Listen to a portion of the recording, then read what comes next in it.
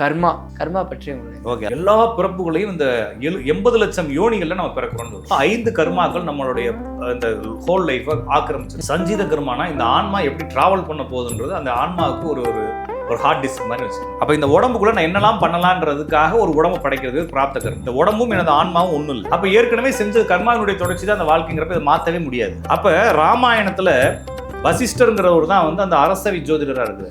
எல்லாத்துக்கும் நாள் குறிச்சு கொடுத்தவர் வசிஷ்டர் தான். அவர் என்ன எழுதுறாரு கடைசியா, விதி விடாதுன்னு எழுதுறாரு. புரியாம மக்கள் பேசுறாங்க, இதுக்குள்ள அந்த கர்மா தீரி எல்லாம் கொண்டு வந்து வச்சுக்கிட்டு தியான இது பண்ணி நான் கர்மாவை மாத்துறேன், நிறைய ஏதோ பாத்திரம்லாம் வச்சுட்டு அப்படி சுத்துறாங்க, கல்லெல்லாம் வைக்கிறாங்க, கர்மாவை மாத்துறேங்கிறாங்க, மேஜிக் பண்றாங்க. இதுக்கு மேல அதுக்கு விளக்கமே இல்லை.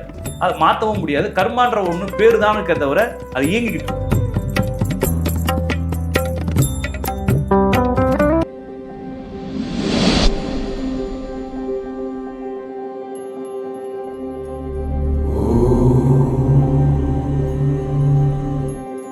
வணக்கம், நீங்கள் பார்த்துட்டு இருக்கிறது டேக் ஒன் பக்தி. இன்றைக்கி என் கூட இருக்கிற ஒரு சிறப்பு விருந்தினர் யார் அப்படின்னா ஆஸ்ட்ராலஜர் ராஜநாடி கா பார்த்திபன் அவர்கள் தான் இருக்காங்க. அவர்கிட்ட தான் ஜோதிடம் சம்பந்தமாக நிறைய விஷயங்கள் கேட்டு தெரிஞ்சுக்க போகிறோம்.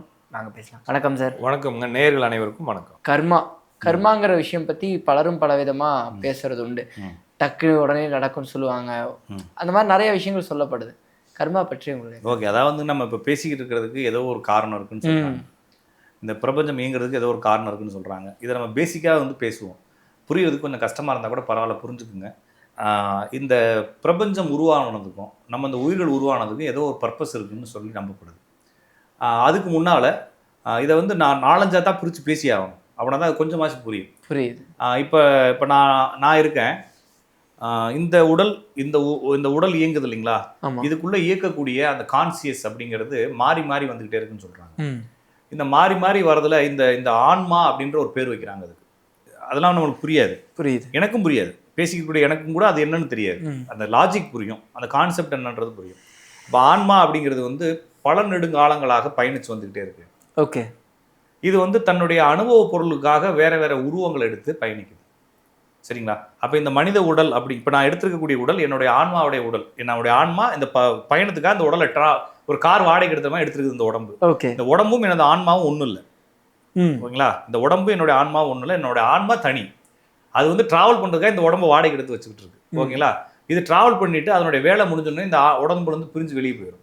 போயிட்டு அடுத்து இன்னொரு உடல் எடுத்துட்டு வேற ஜென்மத்துக்கு போகுதுன்னு நம்புறாங்க. ஓகேங்களா? அப்போ இந்த ஆன்மாவுக்கு வந்து நம்ம மாணிக்கவாசகருடைய பாடல்ல சிவபுராணத்துல புல்லாய் பூடாய் புழுவாய் மரங்களாய் பல்விருகமாய் பறவையாய் பாம்பாய் தேவராய் அசுரராய், ஓகேங்களா, பல்விருகமாகி பறவையாய் நின்ற இந்த தாவர சங்கமத்துள் எல்லா புறம்பும் பிறந்தளித்தேன்னு அவர் பாரு. அப்போ எல்லா பிறப்புகளையும் இந்த 80 லட்சம் யோனிகளில் நம்ம பிறக்கிறோம்னு சொல்கிறாங்க. ஓகேங்களா? அப்போ இவ்வளோ பிறப்பையும் நம்ம என்ன சொல்கிறாங்கன்னா சஞ்சீத கர்மான்னு சொல்கிறாங்க. சஞ்சீதம் அது பேர். ஓகே, சஞ்சீத கர்மானா இந்த ஆன்மா எப்படி டிராவல் பண்ண போகுதுன்றது அந்த ஆன்மாவுக்கு ஒரு ஹார்ட் டிஸ்க் மாதிரி வச்சுக்கோங்களேன். ஓகே, இது எப்படி பண்ண போகுதுன்றது அதுக்கு தெரியும். நான் சொல்றது புரிஞ்சுக்கிட்டீங்களா? இது எப்படி பண்ண போகுதுன்றது அதுக்கு தெரியும். ஆனால் இப்போ உதாரணத்துக்கு ஒரு பெரிய ட்ராவல், அந்த ட்ராவலில் நம்ம ஒரு பெரிய பஸ்ஸு போயிட்டு ஒரு ட்ரெயின் இங்கேருந்து டெல்லியிலேருந்து கிளம்பி கன்னியாகுமரிக்கு வருது. சரிங்களா? நம்ம சென்னையில் ஏறி அது ஒரு ஆசைக்காக சென்னையில் ஏறி செங்கல்பட்டில் இறங்கிறோம்னு வச்சுக்கோங்களேன். ஓகே, அப்போ அதுதான் என்னுடைய வாழ்க்கை, இது இந்த உடம்பு. ஆனால் அந்த ட்ரெயின் அங்கே இருக்குது, டெல்லியிலேருந்து ஏறி கன்னியாகுமரி வரைக்கும் வருது. அப்போ அந்த ட்ரெயினுக்கு ஒரு ரெஜிஸ்டர் இருக்கும் இல்லையா, அந்த மாதிரி ரெஜிஸ்டர் தான் சஞ்சீத கர்மான்னு சொல்கிறாங்க. அப்போ இந்த ஆன்மா எப்படியெல்லாம் பயணப்பட போகுதுன்றது சஞ்சீத கர்மா. அதுக்கப்புறமா பிராப்த கர்மான்னு சொல்றாங்க. இப்போ நான் இதுக்கு முன்னால ஏதாச்சும் ஒரு உயிரா பிறந்திருக்கலாம். ஆனா இப்போ நான் இருக்கிறது என்னது, இந்த ஒரு உடலுக்கு இருக்கிறேன். இதுல என்னால பறக்க முடியுமா, நீந்த முடியுமா? நீந்த முடியுமே. இயற்கையாவே நீந்த முடியுமா? பயிற்சி முடியாது. அப்ப இதுக்கு பயிற்சி வேணா இருக்கலாம், அப்ப பறக்க முடியாது. சரிங்களா? ஒரு லெவலுக்கு மேலேயோ லெவலுக்கு கீழே கேட்க முடியாது, ஒரு லெவலுக்கு மேலே லெவலுக்கு கீழே பார்க்க முடியாது. அப்ப இந்த உடம்புக்குன்னு ஒரு கெப்பாசிட்டி இருக்கு இல்லையா, இந்த கெப்பாசிட்டி பேர் பிராப்தம்னு சொல்றாங்க. பிராப்த கர்மா. அப்ப இந்த உடம்புக்குள்ள நான் என்னெல்லாம் பண்ணலான்றதுக்காக ஒரு உடம்பு படைக்கிறது பிராப்த கர்மா. இது சஞ்சீத கர்மா அப்படிங்கக்கூடிய அந்த கர்மாக்குள்ள தான் வரும். ஆனா இந்த உடம்பு எப்படிப்பட்டதாக இருக்கும், இந்த உடம்புல நான் என்னத்தை அனுபவிக்க போறேன்றது பிராப்தம்.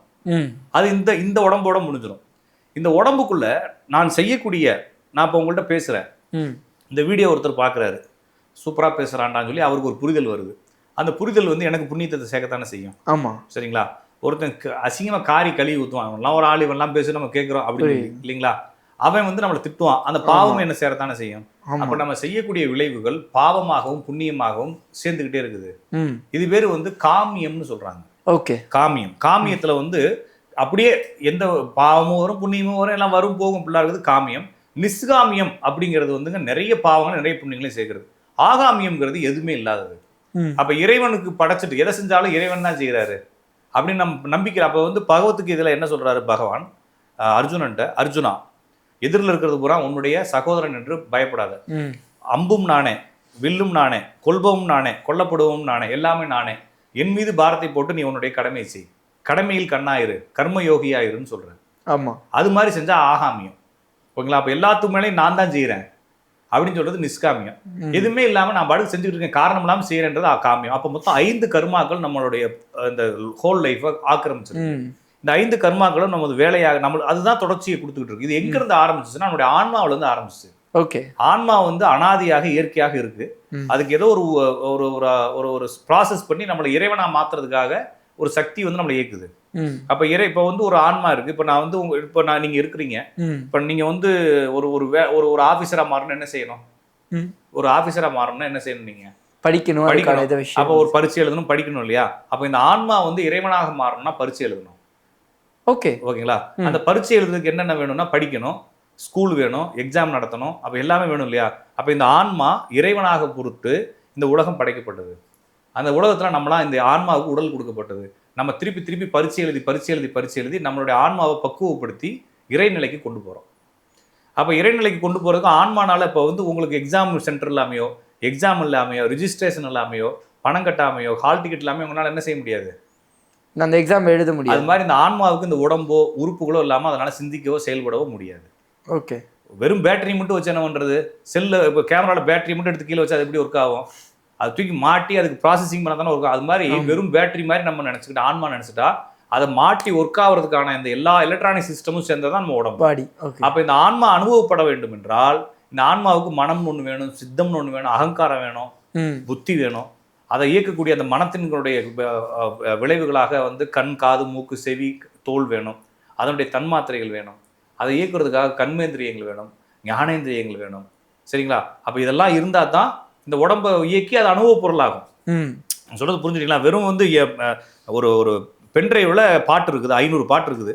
அதை பாட வைக்கிறதுக்கு பிளேயர் வேணும் இல்லையா? ஆமா. அது மாதிரி நம்மளுடைய ஆன்மாவை இயக்குவதற்கு இந்த உடம்பு வேணும். இந்த உடம்பை வந்து கொடுக்கறதா இறைவனுடைய அருள்னு சொல்றாங்க.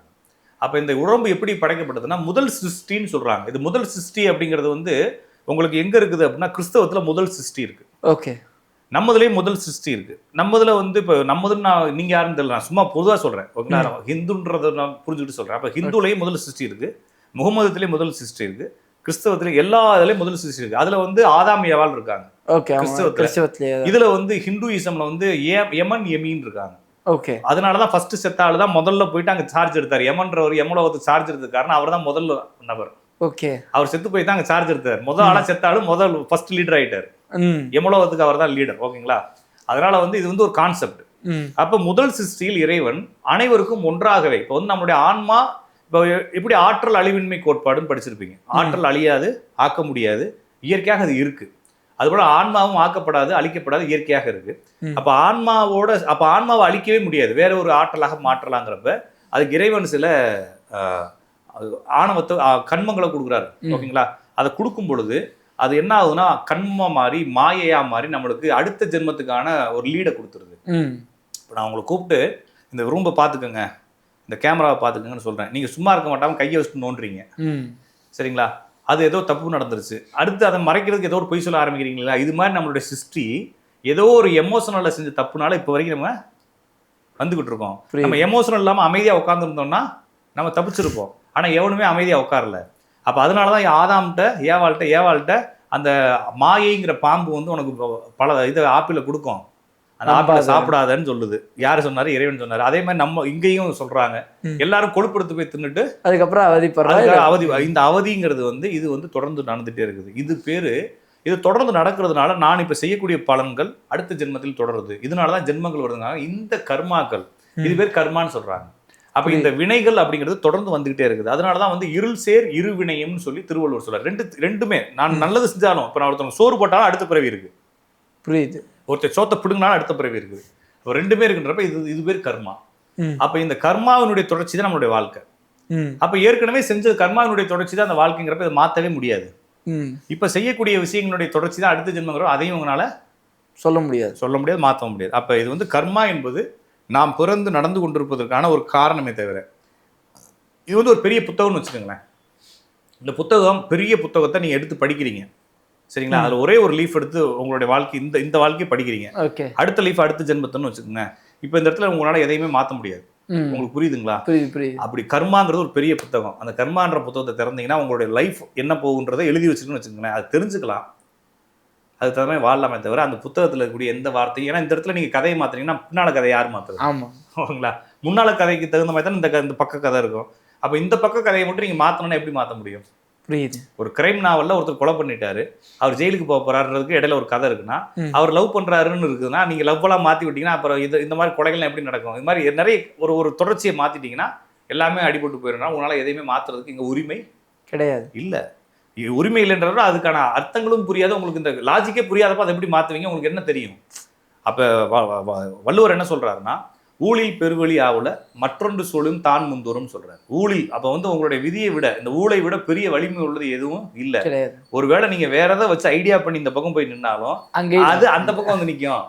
ஓகேங்களா? உங்களை வந்து ஏமாத்திட்டு அது முன்னால வந்துட்டு சாமி நீ செஞ்சதுனாலதான் நான் சும்மா இருந்தா கூட விட்டுருக்கோம், உன் கையை வச்சு உன் கண்ணை குத்த வச்சிருச்சுன்ற மாதிரி இந்த விதி உங்க கையை வச்சு கண்ணை குத்திடும். இது பேர் தான் கர்மான்னு சொல்றாங்க. இது மாறவே மாறாது. அப்ப ராமாயணத்துல வசிஷ்டருங்கிறவர் தான் வந்து அந்த அரசவை ஜோதிடரா இருக்கிறாரு. தசரத சக்கரவர்த்திக்கு நாள் குறிச்சு கொடுத்ததுல இருந்து, ராம பட்டாபிஷேகத்துக்கு நாள் குறிச்சதுல இருந்து, சீதையினுடைய சுயவரத்துக்கு நாள் குறிச்சதுல இருந்து, அடுத்த பட்டாபிஷேகம் எல்லாத்துக்கும் நாள் குறிச்சு கொடுத்தவர் வசிஷ்டர் தான். அவர் என்ன எழுதுறாரு கடைசியா? விதி விடாதுன்னு எழுதுறாரு. விதி விடாது, ஓகே, அது விடவே விடாது. நம்ம என்ன கணக்கு போட்டாலும் ராமருக்கு நடக்கிறதா நடக்கும், சீதைக்கு நடக்கிறதா நடக்கும், எனக்கு நடக்கிறதா நடக்கும்னு எழுதுறாரு. அதுக்கு அடுத்த மூன்றாவது யுகத்துல மகாபாரதம் வருது. அர்ஜுனன் இருக்கக்கூடிய எல்லா கேரக்டரும், கிருஷ்ணன் தான் அதை இயக்குறாரு. அதுல சகாதேவன் தான் எல்லாத்துக்கும் சொல்லி, அவன் தான் வந்து கேம் ஆடுறவனே. சகுனி இல்ல, சகாதேவன் தான் ஜோசியனாங்க. அந்த சகாதேவன் தான் எல்லாத்துக்கும் நாள் குறிக்கிறது முதல்ல எல்லாத்தையும் பண்றான். எல்லாத்துக்கும் ஸ்கெட்ச் அவன் தான் போடுறான். ஓகேங்களா? எல்லாத்தையும் ஜாதக ரீதியா இவனுக்கு இது நடக்குது, இவனுக்கு இவனை பண்ண எல்லாம் ப்ரெடிக்ஷன் பண்றான். கடைசியா அவன் என்ன முடிக்கிறான்? விதி விடாதுன்னு தான் முடிக்கிறான். அப்ப எவனா இருந்தாலும் விதி விடாது. அவனுக்கு எழுதுனதை அவன் அனுபவிச்சே தேரணும். அதுக்கு தான் நம்ம பிறக்கிறோம் சரிங்களா? அப்போ உங்களால் என்ன செஞ்சிட முடியும்? நான் அடிக்கடி கேட்பேன், நம்மளுக்கு ஹார்ட் எத்தனை தடவை துடிக்குது? இதை கேட்டால் நம்ம செஞ்சோம், அதான் துடிக்குது இல்லைங்களா?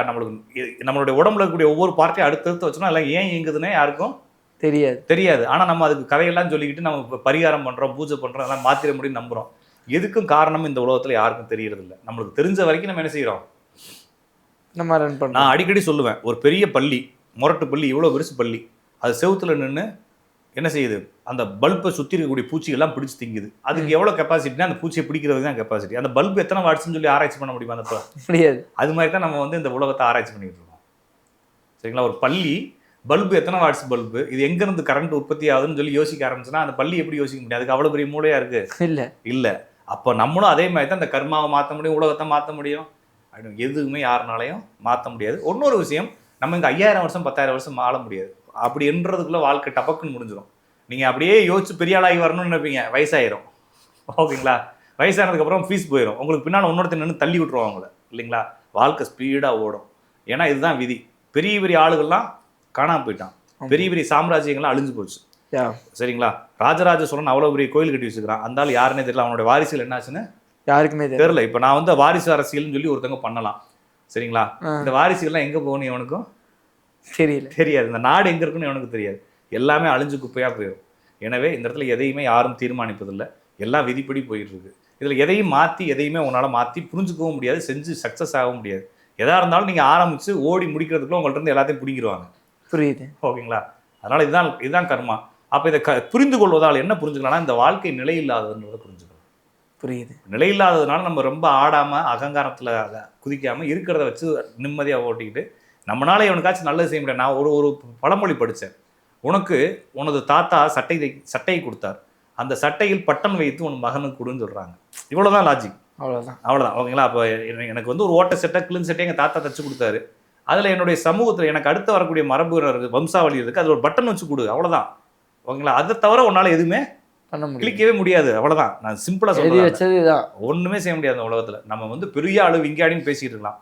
பெரிய பெரிய விஞ்ஞானிகள் தனது வாழ்நாள் இறுதியில இந்த உலகம் எதுக்கு படைக்கப்பட்டதுன்றத குழப்பத்திலே மாட்டிக்கிட்டு இருக்கான். எவ்வளவு பெரிய ஆளா இருந்தாலும் அவனுடைய புத்தகங்கள் எடுத்து பாருங்க, சுயசரிதத்தை எடுத்து பாருங்க. கடைசியா வந்து அவன் வந்து ஏன் படைக்கப்பட்டவன்னு தெரியலன்ற அளவுக்கு அவன் ஒத்துக்கிட்டு போறான். அப்ப இது ஒரு பெரிய குழப்பமான ஒரு சப்ஜெக்ட். அதனாலதான் யாருனாலும் இதை சக்சஸ் பண்ணவே முடியறதில்ல. சரிங்களா? அப்ப இந்த இந்த உடல் எதற்கு படை, அதனாலதான் நம்மளுடைய ஞானிகளுக்கு நம்ம ஊர்ல இல்லைங்க, கூறு ஞானிகள் இருக்கான். இந்த இயற்கை, இந்த வாழ்க்கை, இந்த உயிர் எதற்குன்றதை புரிஞ்சுக்கிட்ட ஞானிகள் இருக்கான். அவனுடைய பிலாசபி இன்னுமே உயிரோடு இருக்கிறதுக்கு காரணம் இது எவனுக்கு புரியல, அவனுக்கு மட்டும் தான் புரிஞ்சிருக்குன்றதுனால. நம்ம என்னதான் இருந்தாலும் நம்ம வந்து கேமராவை பத்தி புரிஞ்சுக்கலாம், செல்போனை பத்தி புரிஞ்சுக்கலாம். ஆனா அந்த செல்போனையே கேமராவே இயக்கக்கூடிய நம்ம யாருன்றதை புரிஞ்சுக்கிறதுக்கு புத்தி இல்லை. அந்த புத்தியை இப்போ சொல்றதான் கர்மா. ஆனா அந்த கர்மாவை நீங்களும் நானும் பேசுறோம் இல்லைங்களா? இது சும்மா பேச்சளவுல பேசலாமே தவிர யாரும் ரியலைஸ் பண்ணல. ரியலைஸ் பண்றவன் பேசவே இல்லை இல்லைங்களா? அதனால கர்மா அப்படிங்கிறது என்னுடைய அனுபவத்துல மாறாதது. அதனாலதான் அதுக்கு வேல்யூ. மாறுறதா இருந்தால் அதுக்கு எதுக்கு வேல்யூ?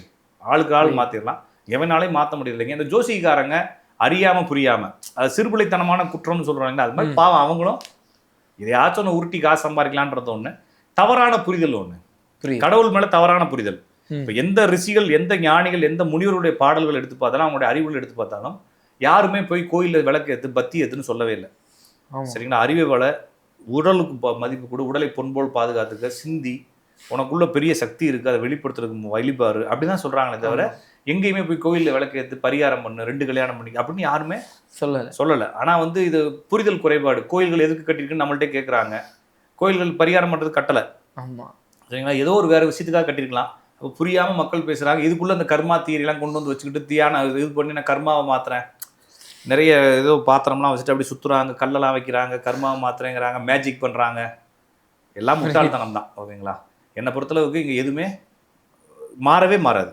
அப்படியே ஒரு பெரிய பாடல் மாதிரி, இந்த ஒரு பெரிய ரிதம் மாதிரி சத்தமாக இயங்கிக்கிட்டு இருக்கு இந்த பிரபஞ்சம். நம்ம காதுக்கு கேட்காத மாதிரி டிசைன் குறைச்சி வச்சிருக்கானே தவிர நம்மளுக்கு ஒன்றும் புரியலை. அவ்வளோதான் தவிர கர்மா என்பது நமது வாழ்க்கை தொடர்ந்து நடந்து கொண்டிருக்கிறது. எத்தனை நூற்றாண்டுகளாக, எத்தனை யுகங்களாக, எத்தனை தலைமுறைகளாக நடந்துகிட்டு இருக்கு, எத்தனை ஜென்மங்களாக நடந்தது தெரியல. அதனுடைய மொத்த தொடர்ச்சியாக நம்ம வாழ்ந்துகிட்டு இருக்கோம். நம்மளுக்குள்ள இவ்வளோ அனுபவ பதிவுகளும் அதுலேருந்து வந்தது தான். நம்ம இன்னும் எவ்வளோ தூரம் போக போகிறோன்னா நம்மளுக்கு தெரியல. என்கிட்ட ஒருத்தர் கேட்டார், என்னுடைய ஜாதகம் முக்தி அடையக்கூடிய ஜாதகமானு கேட்டார். நீ பைத்தியக்காரனான்னு கேட்டேன். ஓகேங்களா? ஓகே. ஆனால் வள்ளலார் கேட்டிருக்காரு. வள்ளலார் வந்து சோதிட நாடல்னு 13 பாட்டு எழுதிக்கிறார். ஜோதிடர்கள்ட்ட கேட்குறாரு, நான் முக்தி அடைவேனா பார்த்து சொல்லுங்கன்னு. அது வந்து எக்ஸ்ட்ரீமா ஆன்மீகத்தில் இருக்கிறப்ப பாடினது. இவர் கேட்கறது எப்படின்னா 60 வயசு வரைக்கும் வேலை பார்ப்பாராம். சரிங்களா? அதுக்கப்புறம் ரிட்டையர்ட் ஆயிடுவாராம். அதுக்கப்புறம் கோயில்களுக்கு போனால் முக்தி அடைஞ்சிருவானான்னு கேட்குறாரு. ரிட்டையர்மெண்ட் செக்யூரிட்டி ஜாப்பா அது இல்லைங்களா? இது மாதிரி மக்களுக்கு அதை எப்படி புரிய வைக்கிறது? புரியாது. எனவே சிறு வயதிலேயே ஆன்மீகத்துக்குள்ள போயிடணும். ஆன்மீகம் என்பது பக்தி என்பது வேறு. பக்திங்கிறதும் கோயிலுக்கு போகிறது, வழிபாடு பண்ணுறது, பூஜை பண்ணுறதுங்கிறது ஆன்மீகத்துக்குள்ள போகிறதுக்கான என்ட்ரி. ஓகே. அதுக்கப்புறமா கொஞ்ச நாள் கழிச்சு ஏன் பூஜை பண்ணணும் அப்படின்ற கேள்வி வரும். இறைவன் தான் நம்மளுக்கு எல்லாம் பண்ணுறாருல்ல, நம்ம பூஜை பண்ணி தான் சொல்லணுமான்னு கேள்வி வரும். அப்புறம் இறைவனை எப்படி அடையிறது, இறைவன் தான் யாருன்ற கேள்வி வரும். அப்புறமா இறைவன் அப்போ நம்ம எதுக்கு பிறந்தோன்ற கேள்வி, இதெல்லாம் வந்து வரிசையாக வரும். இதுக்கு கேள்விக்கு நம்ம வந்து என்ன செய்யணும்னா, எதையுமே நம்பாமல் ஓப்பன் ஹார்ட்டாக சிந்திக்க ஆரம்பிக்கணும். ஓசோ புக் படிக்கலாம், ஜேகே புக் படிக்கலாம், விவேகானந்தர் புக்கு படிக்கலாம். இவங்க புக்கெலாம் உங்களுக்கு வழிவகை செய்யும். இதெல்லாம் கர்மாவுக்கான வழிகள். ஆனால் நம்ம என்ன நினைக்கிறோன்னா, ஏதாச்சும் ஒரு ஜோசிக்காரரு நான் 10 மோதிரம் போட்டிருக்கவர்கிட்ட போய் கர்மாவை பற்றி கேட்குறோம். ஓகேங்களா? அவர் என்ன செய்கிறாருன்னா, ஏதாச்சும் ஒரு பூஜையை பண்ணி தகடு எழுதி கொடுத்துட்றாரு. விவேகானந்தருடைய கர்மயோகம் புக்கை வாங்கி படிங்க.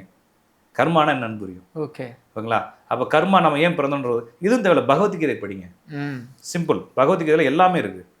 அதில் இல்லாத எதுவும் இல்லை. ஆனால் நம்ம அதையுமே படிக்க மாட்டோம். அதையுமே ஈஸி வேலை. ஏதாச்சும் ஒரு ஜோசிக்காரன்ட்ட தான் போய் கேட்போம். அவன் தான் தப்பாக வழி நடத்துவான்ற மாதிரி.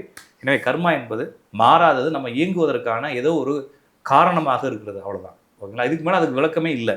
அதை மாற்றவும் முடியாது. கர்மான்ற ஒன்று பேர் தானுக்கே தவிர அது இயங்கிக்கிட்டு இருக்கு. இயக்கத்தின் பேர் தான் கர்மா, வேற ஒன்றும் இல்லை. புரியுது சார். அதாவது கர்மாவை பற்றி எல்லாருக்குமே ஒரு தெளிவான விளக்கம் கொடுத்தீங்க. இந்த ஒரு சந்திப்புக்கு ரொம்ப நன்றி. வணக்கம்.